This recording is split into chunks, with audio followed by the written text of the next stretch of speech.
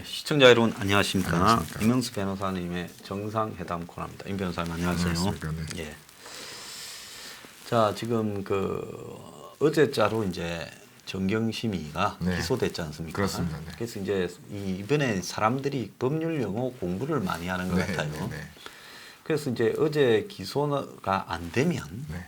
구속 기한이 만료되고 네. 만약에 어제 기소가 되면 자동으로 구속이 연장이 되는 부분은 그거는 왜 그렇습니까? 설명 좀 해주세요. 사람들이 그걸 이해를 못하는 분도 있는 것 같아요. 아, 네. 그러니까 일단은 이제 아시는 바와 같이 수사기관에서 구속을 당하게 되거나 이제 구속을 하게 되면 이제 기간이 있습니다. 그래서 그 기간 내에 이제 그 기소를 하게 되면 이제 바로 이제 구속된 상태에서 법원은 넘어가게 되고 형사소송법의 이제 규정에 따라서 이제 그 법원에서 이제 별도로 이제 구속이 이제 그 연장 이제 진행이 되게 되는 거고요. 만약에 이제 어제 정경심을 이제 기소하지 못하게 되면 그러니까 검찰에 이제 갖고 있는 구속 이제 그 영장의 기한이 다 됐기 때문에 풀어줘야 되는 겁니다. 불구속 상태. 예, 불구속 상태에서 기소를 해야 되고 만약에 또 다시 이제 뭐 구속을 해야 되면은 이제 그때 만약 기소 단계부터는 이제 판사가 이제 구속을 여부를 독자적으로 결정하기 때문에 뭐 검찰에서 아무리 얘기해도 이제 법관이 이제 판단을 해야 되는데 이제 보통은 이제 법관들은 재판 상태에서는 이제 그 불구속을 원래 원칙이기 때문에 구속해서 재판을 하는 경우는 거의 없고 결국 이제 마지막에 형이 이제 실형이 선고가 되면 이제 구속을 하게 그때 됩니다. 구속되는 네. 거죠. 자, 법적으로는 그러면 보통은 그런 게 없지만 구속 기소 기한이 만료 내에 기소를 못해서 풀려난 사람이 판사가 직권으로 구속을 시키고 네. 재판을 하겠다고 결정을 할 수가 있습니까? 그런 경우는 거의 없습니다. 아. 그런 경우는 거의 없고 산술적으로는 가능하다는 거죠. 예, 가능은 합니다. 가능은 하는데 네. 이제 그런 경우는 보통 이제 뭐 재판에 출석하지 않는다거나 네. 이제 이유 없이 출석하지 않는 경우에는 이제 법원에 이제 법원에 출석을 이제 하지 않는다는 이유로 이제 그 판사가 법관이 이제 자기가 이제 직권으로 구속영장을 이제 발부하는 경우도 있는데 뭐 정경심이 그렇게까지는 안 할 테니까 보통은 이제 불구속 재판을 진행하게 되고 이제 불구속 재판에서 이제 가장 좀 구속 재판하고 가장 큰 차이점은 이제 당연히 이제 구속 상태에 있냐 아니냐 여부가 있는데 이제 법관의 입장에서는 특히 이제 이번 경우 같은 경우는 이제 또 여러 가지 범죄 사실도 많고 또 정경심이 아마 격렬하게 또 이렇게 어떤 저항과 이제 반격을 하기 때문에 재판 기간이 굉장히 길어질 가능성이 높습니다. 근데 구속된 상태에서 이제 기소가 되면 이제 원칙적으로 1심 법원의 이제 구속 기간이 6개월,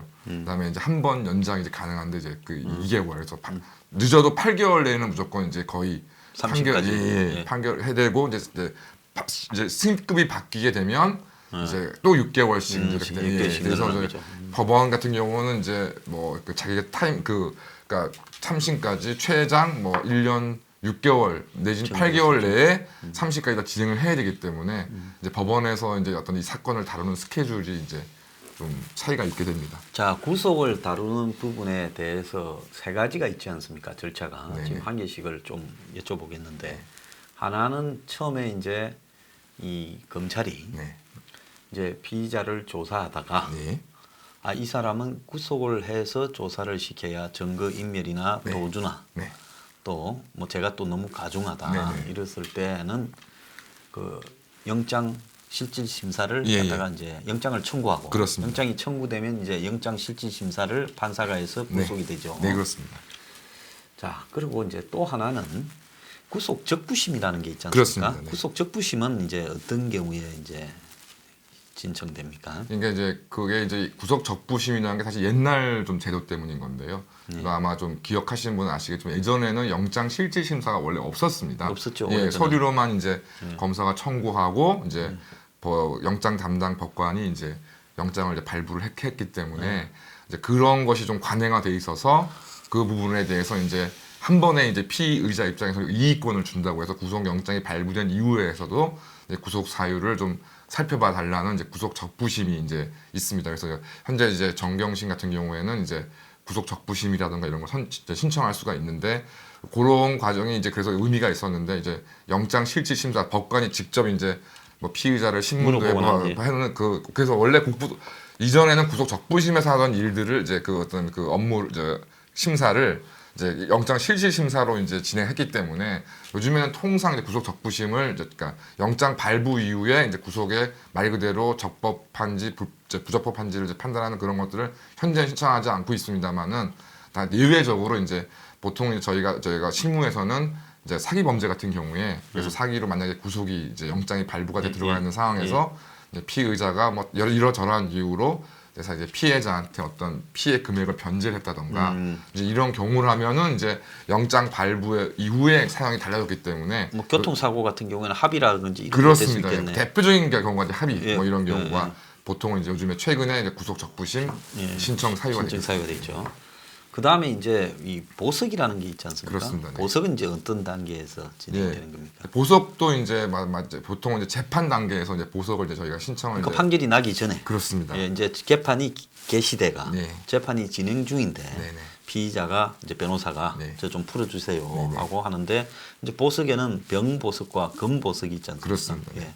그래서 이제 뭐 병보석 같은 경우는 이제 뭐 아마 박근혜 대통령 재판을 좀 지켜보신 분들 잘 아시겠지만 이제 수감돼 있는 이제 피고인이 이제 건강 상태가 너무 악화돼서 별도의 이제 교도소가 아닌 그래서 뭐 이제 그 구치소가 아닌 다른 곳에서 이제 치료를 받아야 할 정도로 중대한 어떤 질환이 있을 경우에 좀 많이 개선됐다고 하지만 당연히 이제 제일 큰 문제가 이제 그 구치소에 이제 의료 인력이 없지는 않지만 전문의들은 아니기 때문에 뭐 예를 들어서 암이라던가 특별한 중병. 어떤 중병이 같은 경우는 전문적으로 진단하고 그래서 그런 경우에 이제 그 병보석이라는 걸 많이 신청을 했는데 그런 것들 사실 좀 많이 좀 그 실무에서 활용이 되다가 아시는 바와 같이 이제 예전에 영남제분 그 부인이 그 악용하는 공기총 악용해가지고 이제 그런 사례가 발생된 게 되어서 좀 그 이후에는 좀 병보석은 쉽지 않고요.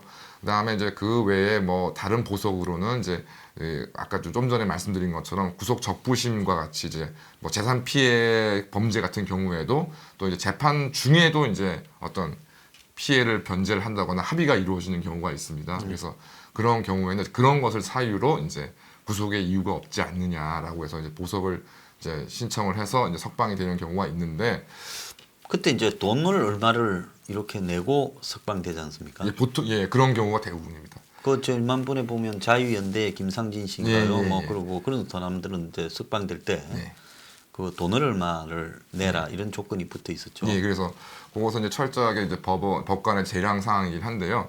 그래서 이제 이제 보통 이제 예를 들어서 대기업 회장이라든가 재력이 좀 그러니까 우리나라도 약간 좀 그런 제도를 좀 활용을 해서 좀 돈이 이제 좀 많거나 범죄가 중한 경우에 이제 보석을 이제 시켜줄 때 이제 중하다고 판단한 경우 현금으로 이제 공탁을 해서 이제 출석을 강제하는 겁니다.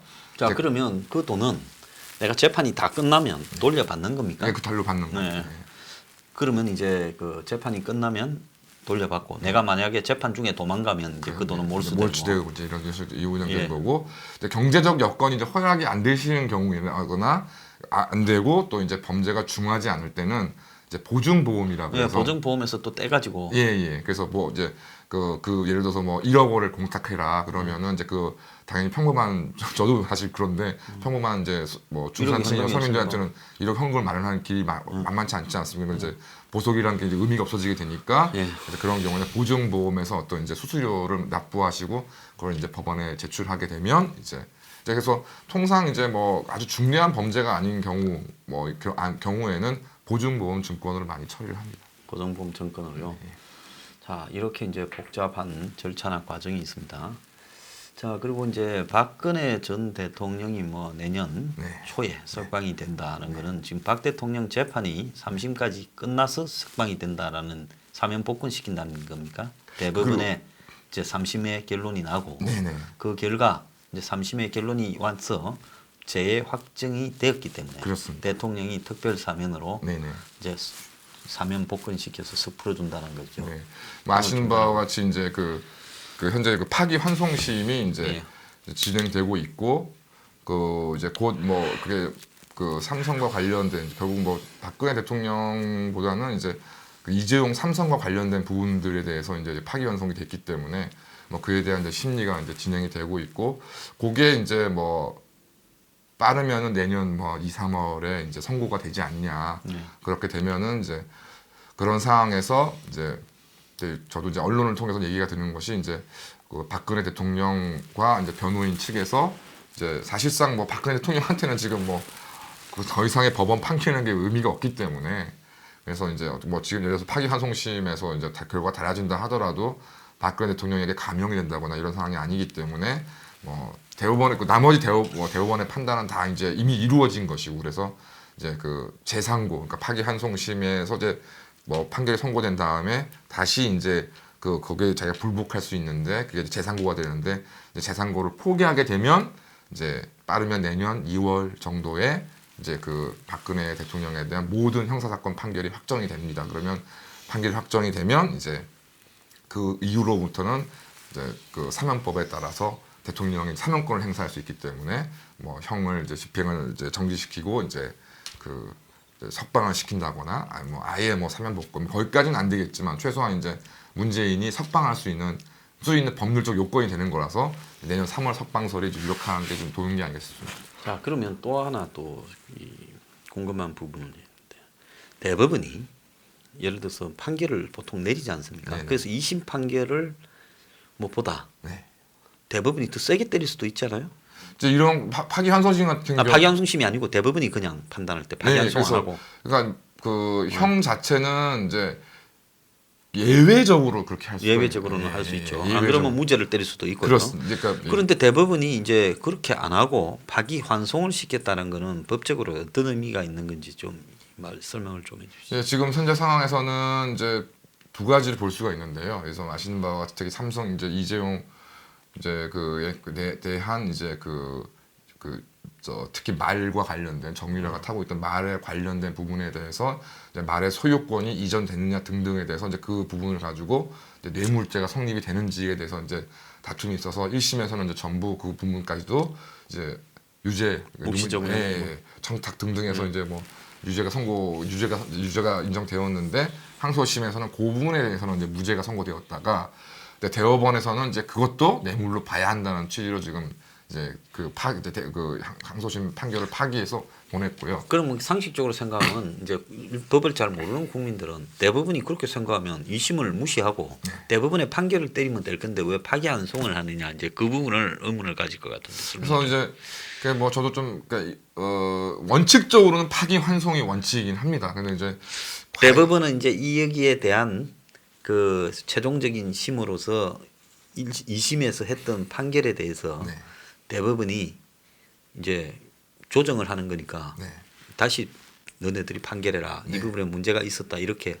그럼 자기들이 봤을 때 파기환송하지 않고 때리면 위헌입니까? 위법입니까? 그래서 이제 그게 좀 규정이 좀 애매하긴 한데요. 애매하긴 한데 이제 일반적으로는 대법원이 그렇게 하지 않는 거는 맞습니다. 근데 여기서 이제 한 가지는 이제 제가 말씀드리고 싶은 게 이제 아마 뭐 저를 포함한 변호사들이 많이 느낄 건데 이제 이른바 대법원이 법률심이라고 이제 저희가 돼 있어서 이제 사실적 관계나 양형에 대해서는 다투지 않고 판단하지 않고 이제 법률적인 이슈 적용이 제대로 됐냐 이걸 가지고 이제 판단을 한다는 건데 이게 참 현실적으로는 굉장히 그러니까 뭐 저희가 이제 그 법원 이제 그 뭐 법조인들이 많이 쓰고 있는 법원이 이제 그 뭐 어떤 금원이라 같은 것이 이제 그 뭐 법관은 이제 사실은 너희들이 얘기해라 뭐 판단하는 이제 법률로 판단하는 우리가 하는 것이 뭐 부분이라고 생각이 드는데 그럼 예를 들어서 이번에 이제 문제가 된 파기환송상에 생각이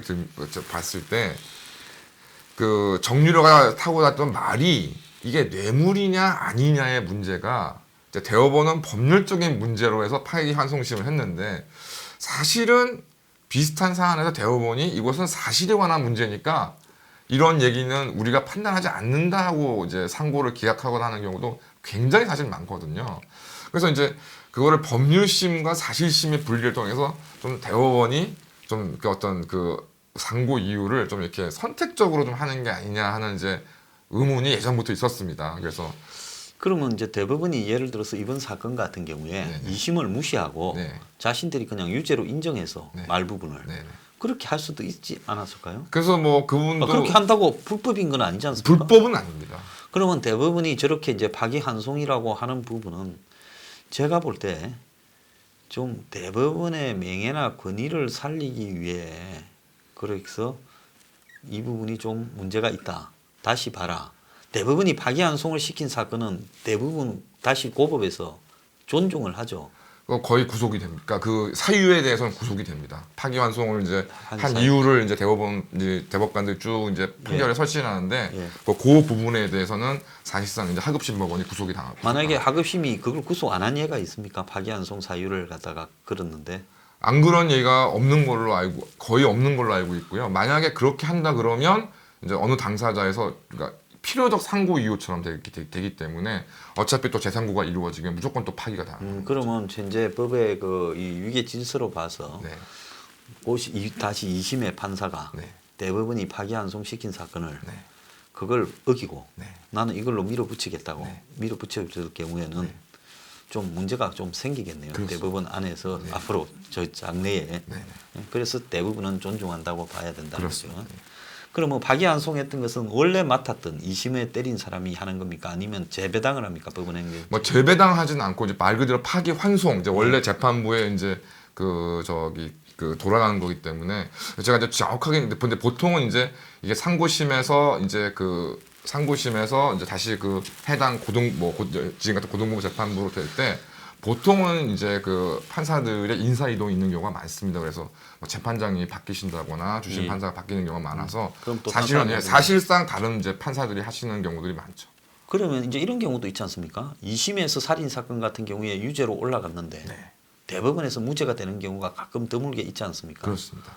그는 와 파기환송을 안 시키고 무죄를 때리니까. 그래서 그게 조금 이제 그 법률적 어떤 규정에 따라서 좀 이제 거듭 말씀드리면 대부분의 파기환송을 이제 하는 예. 경우가 이제 그게 거의 원칙인데요. 근데 예외적으로 이제 좀 그런 식으로 처리하는 경우가 있었는데 조금 규정이 약간 애매한 부분이 있습니다. 아니 그러니까 이게 저기 법으로 이렇게 먹고 사시는 변호사분도 애매한데, 저도 이제 가끔씩 보면 왜 대법원이 저렇게 파기환송을 하고 또 어떨 경우에는 또 대법원이 2심까지 유죄였는데 3심에 무죄를 때려버리는 그런 일도 하고 지금 그러지 않습니까? 네네. 그래서 이재명 씨 같은 경우에 지금 2심에서 유죄가 됐지 않습니까? 네네네. 그런데 이제 대법원에 네. 이제 지금 헌법 소원을 걸어가지고 네. 그래서 지금 지사직을 뭐 좌지우지할 만한 그런 사안이 아니다고 해서 지사직이 끝난 이후에 네. 판결하는 게 맞다. 지금 그렇게 시간을 끄는 거 아니겠습니까? 그래서 이제 조금 이제 좀 이게 좀 시간을 끄는 책이라고 하는 것이 이제 이게 뭐 사실은 좀 원래부터 좀 그런 문제가 있었는데 아시는 바와 같이 공직선거법을 뭐 위반을 해서 이제 100만 원 이상의 선고를 받거나 뭐 사무장이 이제 이런 어떤 일정한 형을 이제 선고받게 되면 이제 당선이 무효가 되고 하는 부분을 이제 그게 아마 그렇게 시행된 지가 벌써 김영삼 정부 때로 제가 그렇게 지자체 도입과 거의 동시에 그게 된 것 한 같은데 20몇 년 지나서 사실 뭐 저도 뭐 어떤 면에서는 조금 그런 부분에 좀 문제가 없진 않다 생각하고 있었는데 그래서 뭐 제가 찾아보지 않았지만 거기에 대해서 헌법재판소가 판단을 내렸는 적이 있는지는 모르겠습니다. 어쨌든 이제 그 부분이 만약 문제였다면 그러니까 1심 최소한 항소심부터 좀 그런 문제를 생각하고 이제 위헌 법률 심판 제청을 이제 했어야 되는데 이제 대법원에서 이제 제청을 했다는 이유는 이제 그럼 대법원은 두 가지가 이제 선택이 가능합니다. 그러니까 당연히 이제 인용이냐 기각이냐인데 위헌 법률 심판 제청. 그러면 이제 대법원에서 만약 이재명 지사의 주장에 그러니까 헌법재판소에서 좀 판단해야 될 여지가 있다. 즉 위헌의 소지가 있다고 되면 이제 그거를 헌법재판소에 이제 그 위헌 법률 신청을 이제 넘기게 되는데요. 그런 경우에는 필요적으로 재판이 정지가 됩니다. 헌법재판소의 결정이 나올 때까지 이제 재판이 정지가 되는데 이제 만약에 그런 이재명 지사의 신청이 이유가 없다고 한다 그러면 이제 그 위헌 법률 심판을 제청을 기각하고 대법원은 자신의 이제 판단에 따라서 판결을 선고할 수 있고요. 이제 만약에 이제 그러면 이제 이재명 지사는 이제 헌법재판소 68조 2항의 헌법소원 형태로 사실상 위헌법률 심판 대청이지만 법원이 이를 기각했기 때문에 헌법소원의 형태로 이제 헌법재판 판단을 구할 수가 있습니다. 이제 그런 상황에서 또 이제 이재명 지사 쪽에는 어쨌든 헌법재판소에 그런 이제 그 해당 조항의 유언성을 지금 심사하고 있으니 재판을 늦추어 달라는 이제 이유를 얘기를 할 수가 있는 거죠. 그래서 이재명 지사 같은 경우에는 지금 헌법 소원을 낸 부분이 형의 이제 그 병원 그 강제 입원 관련한 사실과 관련해서 공직선거법상에 네네.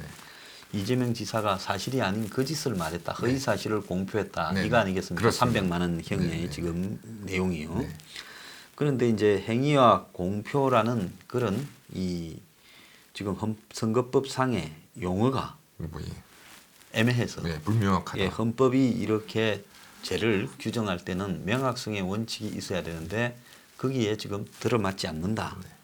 그래서 그 부분이 지금 헌법 소원 요소다. 지금 네. 이렇게 그런 거 아니겠습니까? 그렇습니다. 네. 예.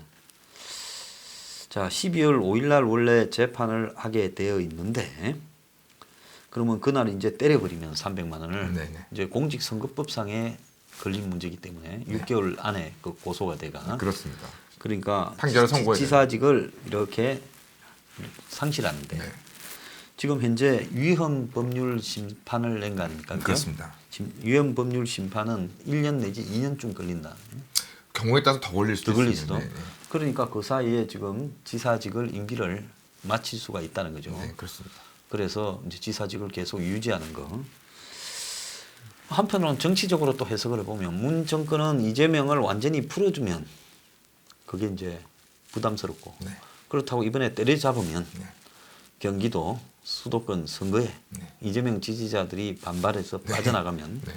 그 뭐 지금 선거에서 원사이드한 구도가 무너진 상황에서 또 데미지가 되니까 고리는 걸어놓고 또 선거 때는 죽으라고 열심히 뛰게 하고 마치 또 선심을 쓰는 듯한 흉내도 낼 수 있고 그런 코를 끼워놓은 상황에서 상황을 좀 연장시켜 가서 선거 때 부려먹자 이런 부분으로는 좀 뭐 유용한 카드라고 볼 수 있겠네요. 그래서 뭐 소장님께서 말씀하셨지만 이제 그 현재 그 민주당 민주연구원 원장을 맡고 있는 양정철이 이제 뭐 김경수 만나고 이재명도 만나고 오늘 저희가 또 인터넷 뭐 이렇게 언론 보니까 또 이제 그 인터뷰에서 원팀 뭐 이런 걸 강조하면서 이제 같이 가야 된다 뭐 이런 얘기를 하고 있는데 말씀하신 것처럼 사실은 이제 뭐 다 그런 건 아닌데 또 이재명 지사를 지지했던 이제 유권자들 상당수가 결국 이제 이 이재명 지사의 어떤 정치적인 미래가 이제 정말로 이번 대법원 확정 판결에 의해서 끝나 이제 뭐 도지사 아시겠지만 도지사직을 잇는 것도 있는 거지만 이제 제가 정확한 기간은 기억이 안 나지만 현재 기억이 안 나는데 그 정치의 이제 그 피선거권을 박탈하기 때문에 이제 앞으로 내년 총선 그 다음에 다음 대선 다 출마를 할 수가 없게 됩니다. 그래서 뭐 정치인으로서 사실 뭐 출마를 할 수 없는데 그게 어떤 생명력이 있는 상황이 아니고. 이런 상황이니까 결국 이재명 지사는 완전 정치적으로 매장당하는 건데 이제 만약 그런 결과가 벌어지면 이제 거기에 이제 실망한 이재명 지사의 지지자들이 이제 어떤 선택을 하려는지는 뭐 알 수가 없고 결국 거기 사실은 이재명 지사의 이번 형사 판결이 형사 절차에서 가장 핵심적인 역할을 했던 전해철 그 민주당 그 경기도 지사 그 경선에 참가했던 전해철 의원조차도 뭐 이재명을 살리지 않은 탄원서를 제출했다고 보니까 참 정치라는 게 참 어제 오늘 그래서 왜 진작 안 하고 이제 했느냐는 거는 이재명 쪽에서 생각도 못한 거를 문정권 쪽에서 이재명을 확실하게 고리를 풀어주는 거는 위험하고 그렇습니다. 내년 총선에서는 죽으라고 열심히 안 죽으려고 열심히 뛰게 만들고 코를 더 끼워서 통제해서 가다가 자신들이 좀 안정한 시점에서 잡든지 그렇습니다. 뭐 안 그러면 개전의 정을 봐서 풀어주든지 이제 이렇게 하기 위한 풀어줄 가능성 별로 없을 거라고 봅니다만은 그러려고 이 수를 가르쳐 줬고 그래서 이제사 저 헌법 소원 심판을 냈다. 저는 좀 그렇게 해석이 되는 것 같아요. 그래서 그걸 가르쳐 준 날 이렇게 해갖고 사진을 찍었다. 이거 아닌가 보여요. 그래서 이제 그 좀 이게 또 약간 좀 다른 얘기는 한데 사실은 이제 그 헌법재판소 이제 1987년 개헌을 통해서 출범한 헌법재판소를 통해서 그 대한민국의 최고 사법기관이 누구냐, 뭐 이런 등등에 대해서 사실 대법원과 헌법재판소가 정말 지난하게 사실은 뭐 이제 일반 이제 국민들은 잘 모르시겠지만 지난하게 정말 어떻게 보면 정말 처절하거나 정말 지저분한 싸움들을 사실 많이 했었는데 그래서 대법원에서 어떤 이제 위헌 법률 심판 제청이라는 건 굉장히 좀 생각하기가 쉽지 않은 문제입니다. 그래서 그런 것들 잘 생각을 못 했는데 그래서 그런 것들 이재명 전 지사 쪽에서 이제 하는 걸 봤을 때 저도 느낌이 이게 좀 안 그러길 정말 바라는데 좀 요즘에 말하는 거 좀 다 우리 시청자분 생각하시면 코드 사법부라는 이제 얘기들이 많이 돌지 않습니까? 대법원과 헌법재판소가. 그래서 하여튼 정말 대법원과 헌법재판소까지 연결된 또 모종의 무슨 자기들끼리 어떤 공감이 있어서 이런 일들이 진행되는 거 아니냐 하는 이제 사실 의심이 좀 많이 들죠. 여건의 법률 전문가들이 다 모여서 확실히 살려주는 것도 아니고 그렇습니다. 코를 끼워서 더 끌고 가자. 펜딩한 상태로. 그 방법이 없겠냐는 속에서 제가 볼 때는 오히려 사법부 쪽에서 이런 방식이 있을 수 있다라는 부분을 듣고 그걸 갖다가 정리해서 던져준 거지. 이재명 씨 쪽에서 이 부분에 대해서 빠져나가려고 연구를 하다가 놓은 것은 아닐 것이다. 그렇다면 지금 할 게 아니라 1심이나 2심에서 1심 전에 네, 그렇습니다. 했을 것이다. 이렇게 제가 보이거든요.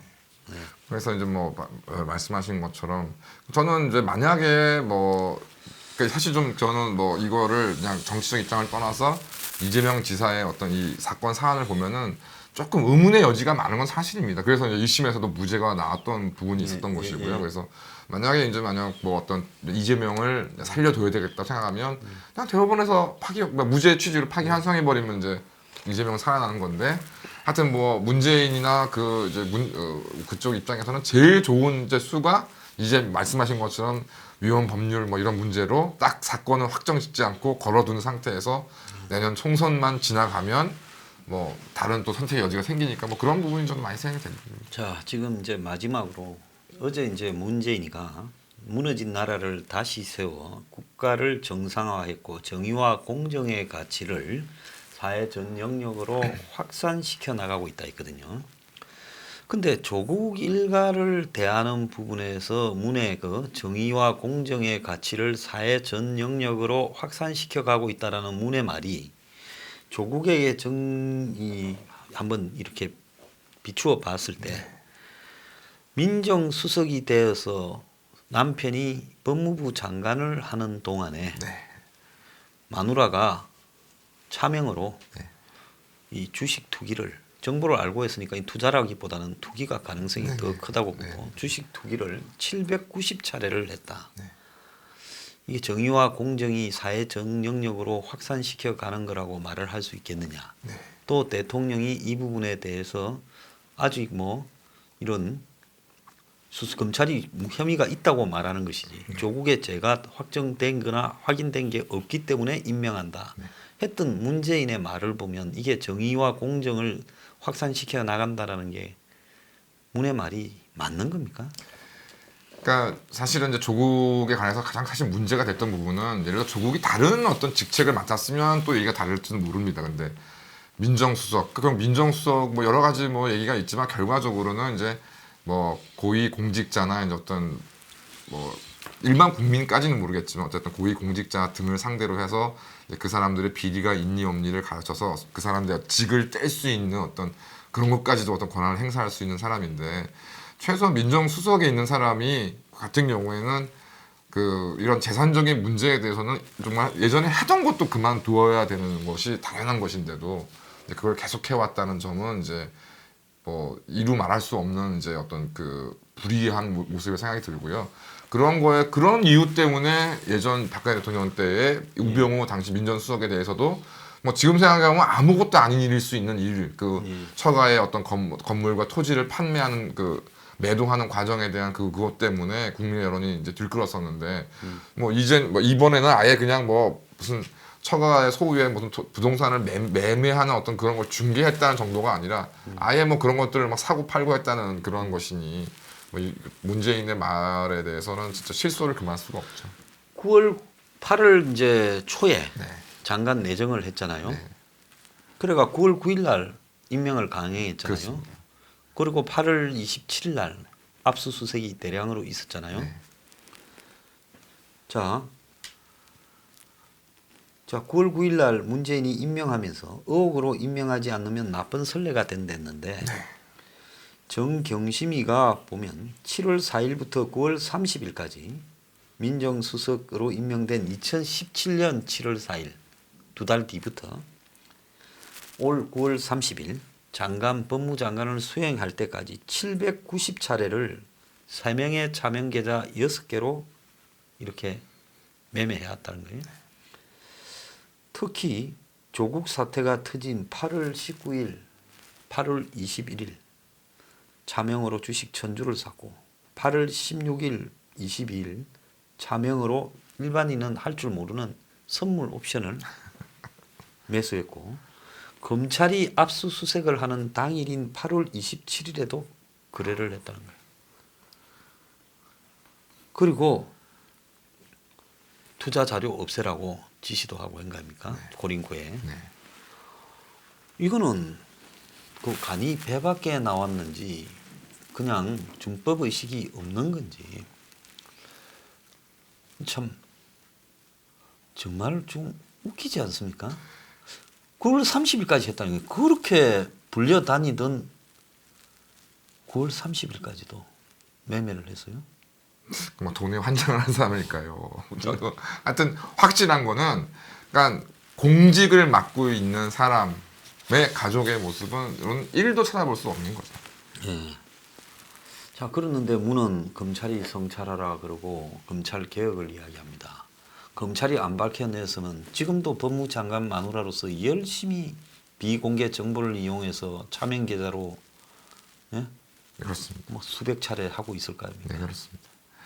아니 그러니까 다 뭐 기억하시겠지만은 이제 그 김영란법이라는 이제 그 법이 생긴 가장 큰 이유가 이제 부산서 이제 모 여검사가 이제 그 이제 좀 친분 관계가 깊은 이제 모 변호사로부터 벤츠 차량을 받았다는 게 문제가 됐는데 근데 그러니까 물론 그 수사 결과에 대해서도 이제 물론 말씀들 많이 하시겠지만 결국 수사를 해보니까 직무적 관련이 없다. 그 뇌물죄로 처벌할 수가 없다. 그다음에 두 번째는 이제 진성준 전 검사장이 넥슨으로부터 정말 그 주식을 이제 그 전환 사채 같은 것을 이제 싸게 매도해가지고 이제 그게 그 주식으로 전환되니까 수십억의 차익을 받았는데 또 수사를 해보니까 뭐 김정준 넥슨 김정준 회장과 진성준 검사장의 또 직무 관련성이 없어서 뇌물죄로 처벌할 수 없다. 뭐 이렇게 돼가지고 이제 뭐 난리가 났었습니다. 그런 상황인데 지금 현직 그 민정수석 법무장관의 부인이라는 사람이 그것도 본인 명의도 아닌 차명으로 주식 거래를 했다는 것 자체가 이게 뭐 아직도 그래서 뭐 조국을 지지하는 사람들 뭐 유력 정치인들 포함해서 뭐 털어서 먼지가 안 나는 사람 어디 있냐. 대한민국에 털어서 이 정도 먼지가 많이 나는 사람들이 도대체 몇 명이나 될까. 와 정말 와 놀랍습니다. 놀랍습니다. 예, 정말. 근데 이걸 보고 옹호했던 문재인이 정의를 입에 올리는 것도 좀 놀랍습니다. 자 오늘 1부 여기서 마치겠습니다. 오늘 평소에 뭐 법률에 대해서 좀 안다는 사람도 헷갈리는 부분에 대해서 한번 용어적 정리도 해봤고 지금 조국 가족의 이야기도 해봤습니다. 감사합니다. 감사합니다.